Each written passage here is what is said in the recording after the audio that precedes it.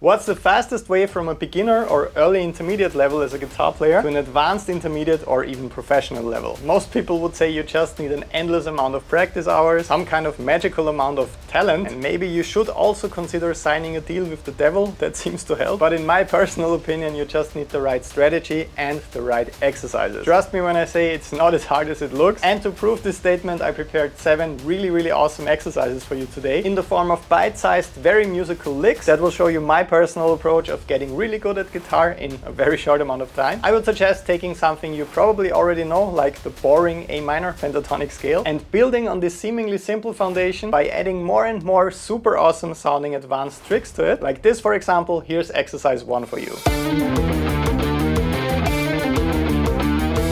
Alright, so we're starting this video with a pretty classic trick. If you worked on some pentatonic licks already, you might know this trick. I simply added the blue note. So the note I added to the pentatonic scale right here, E flat, is pretty much the worst note ever that I could land on when I'm improvising. Big dissonance, but when I'm just using it to ornament my licks a little bit, so not as a very dominant note, more of a passing note really, it immediately adds that classic bluesy sound to your licks. As I tried to show you with this lick, I usually add it right here on the G string and right here on the A string. So when you visualize the A minor pentatonic scale box right here, starting from the 5th fret,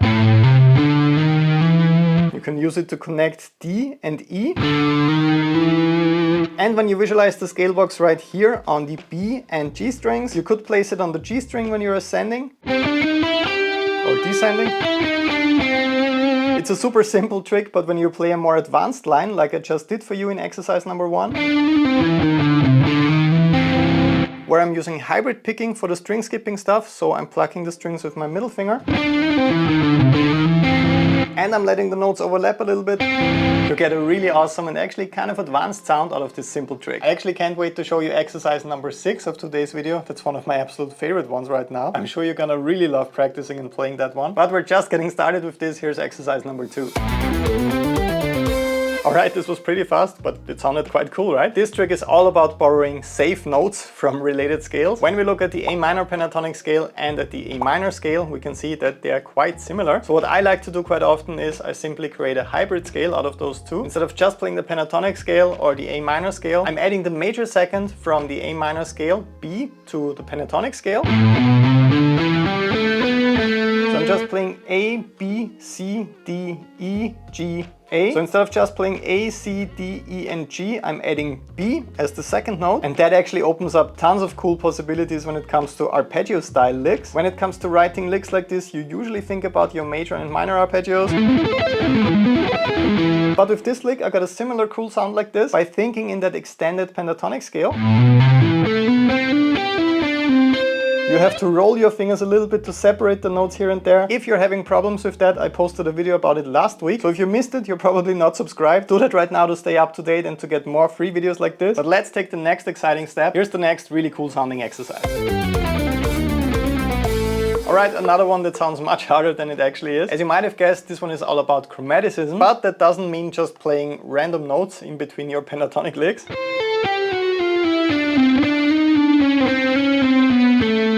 As you can hopefully hear, I'm not trying to sound super dissonant, although I'm technically working with completely wrong sounding notes. At least in the context of the A minor pentatonic scale. I want to make sure that I'm getting away with this. And one super easy trick that you can use is just filling up the spaces between two target notes of the minor pentatonic scale. So G and E, for example. If you have a correct sounding starting note and finishing note to your lick, that usually works out perfectly. But the second example of chromaticism that I used is actually one that I like much more. For this one, I was also visualizing 2 correct notes in the scale, D and C, but I was chromatically ornamenting them with the notes that surround them that are completely wrong in the context of the A minor scale or A minor pentatonic scale. So for D I was playing, and for C I was doing the same trick. So here's the full lick again.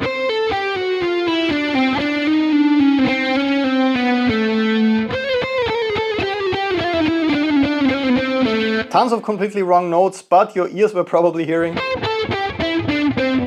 that skeleton of the A minor pentatonic scale that I was simply fleshing out with all those crazy chromatic notes. So that's a cool and actually super simple introduction when it comes to playing outside, but that's a quite advanced topic, which actually leads me to a very serious topic. I know that you, the awesome person that's watching this video, are probably a self-taught guitar player, somewhere around the intermediate or advanced beginner level, and you might currently feel like you're a bit stuck in a rut. So maybe you've already watched some of my videos, maybe you're practicing the exercises here and there and you see some progress, but what you actually want to play and accomplish with the guitar seems completely out of reach right now. You're not really sure if you're playing correctly, so if you're holding the pick in the best way possible, or if your fretting hand or thumb position is kind of holding you back. You don't really know any music theory, so most of the time you have no idea what you're doing and what you're playing. And if you're completely honest, it sometimes feels like a really slow and tedious process to master this awesome instrument. If that's kind of a fitting description for you, I have some really great news. It was 100% the same for me, because I also started self-taught when it comes to my technique and theory skills. But after 20 years of doing this, I found a roadmap that guides you step by step from where you are right now in your guitar journey, which might be a frustrating place at the moment, to where you want to be, effortlessly playing across the entire neck, anything you want and as fast as you want. You can find this step-by-step method on my Patreon page, patreon.com/Bernd. It's the absolute biggest guitar community on Patreon by now, with over 9,000 members, because aside from getting the tabs, guitar profiles, backing tracks and play-along exercise videos for all of these YouTube videos that I'm posting, you also get immediate access to over 20 guitar courses, like my alternate picking masterclass, my 30-day sweep picking course, multiple easy to understand and possibly quite life-changing music theory courses. So everything you will ever need when it comes to practicing guitar in one place. And VIP and Platinum members also get direct feedback from me. There's a secret Facebook group for VIP and Platinum members where you can upload progress videos and practice footage. I'm logging in there myself to give as much helpful feedback as I possibly can. So if you're finally done with being frustrated and you want to see some real progress, just click the link in the description or in the first comment down below, patreon.com/Bernd. Join today and get the practice package for this video, 20 guitar courses and everything you will ever need on your journey, or just stay frustrated and stuck in the rut. The choice is yours. I'm waiting for you on Patreon. But now let's check out the next awesome exercise.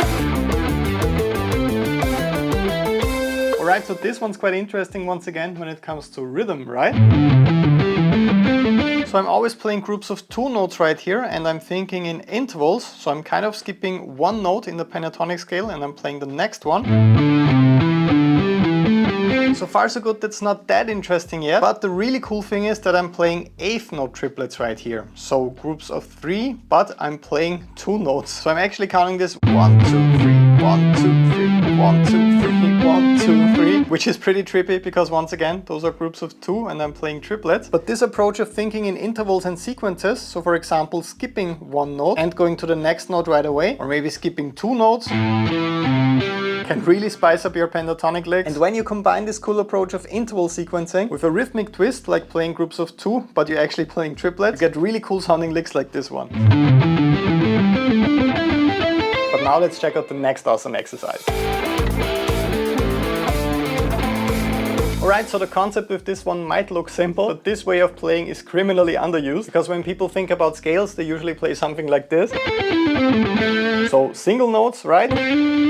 That's what we think about when we think about the term scale, but it can actually really spice up your guitar solo in an easy and awesome sounding way if you just combine some of the notes here and there. So if you let them overlap. When you start out with this, you don't even really have to think about the intervals that much and about what you're doing. For this step, I just want you to experiment with visualizing the pentatonic scale, and then you simply combine different intervals.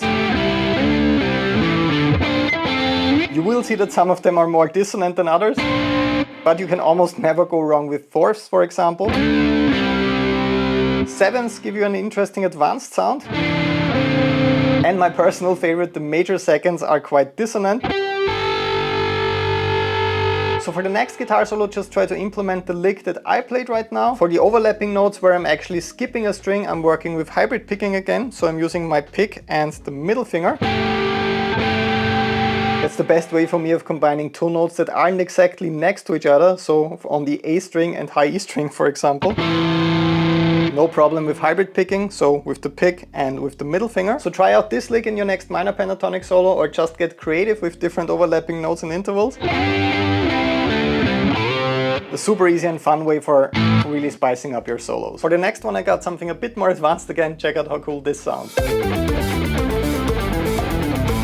Alright, we're entering the world of really professional guitar playing right now. This actually might be one of my favorite concepts when it comes to spicing up boring scales, and it's all about rhythm and note grouping. So usually when most of us are improvising or composing, we tend to think in kind of boring groups like 2 or 4. 1, 2, 3, 4, 1, 2, 1, 2, 3, 4, 1, 2.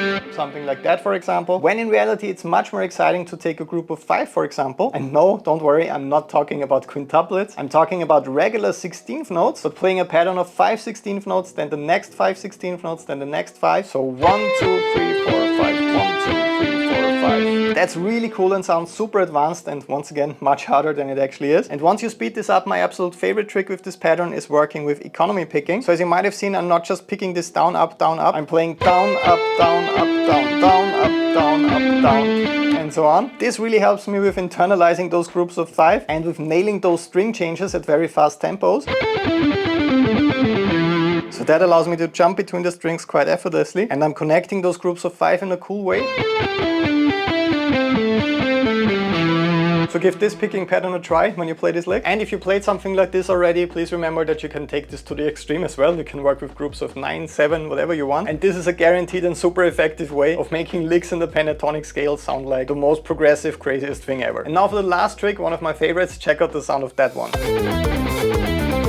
As you might have heard, there's one note in there that doesn't completely sound right, but it also doesn't sound wrong either. This is what's often referred to as modal interchange, and that means that I'm borrowing notes, or just one note in this case, from a different scale that might not be the scale that the composition is actually based on. So let's say you're playing over a riff in A minor. It might be problematic to completely switch to the harmonic minor scale over that kind of riff, because you raise the 7th note in the harmonic minor scale, so G turns into G sharp. But the riff goes to G, so you end up with that kind of sound.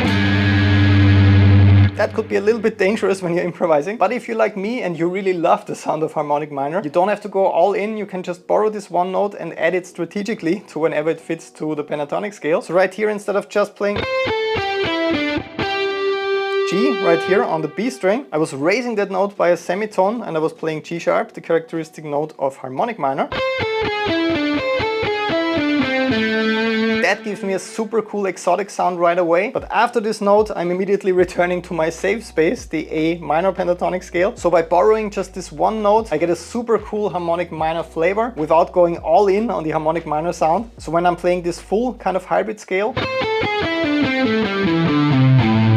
I could really just add G sharp right here on the B string in just one position and not repeat that. And that's the absolute best way that I know of introducing more exotic and advanced sounds to your repertoire. Just add them in one position to your pentatonic scale to learn the sound and how to use it. Alright, my friend, make sure to head over to patreon.com/Bernd right now to download your practice package for this video. As always, I made very slow play-along videos for you so that you can practice all of these exercises to get to know them. I made a guitar profile for you, detailed PDF tab sheets, backing tracks, everything you need to internalize these 7 awesome and very musical exercises. As I mentioned, you immediately get access to over 20 guitar courses over there. And if you decide to become a VIP or Platinum member, you also get access to the secret Facebook group where I'm active myself to give you feedback on your progress and guitar videos. So if you're still not part of this, don't wait any longer. Today is the day. Click the link in the description or in the first comment down below. I'm waiting for you on Patreon. Have an awesome day. See you over there, and bye bye.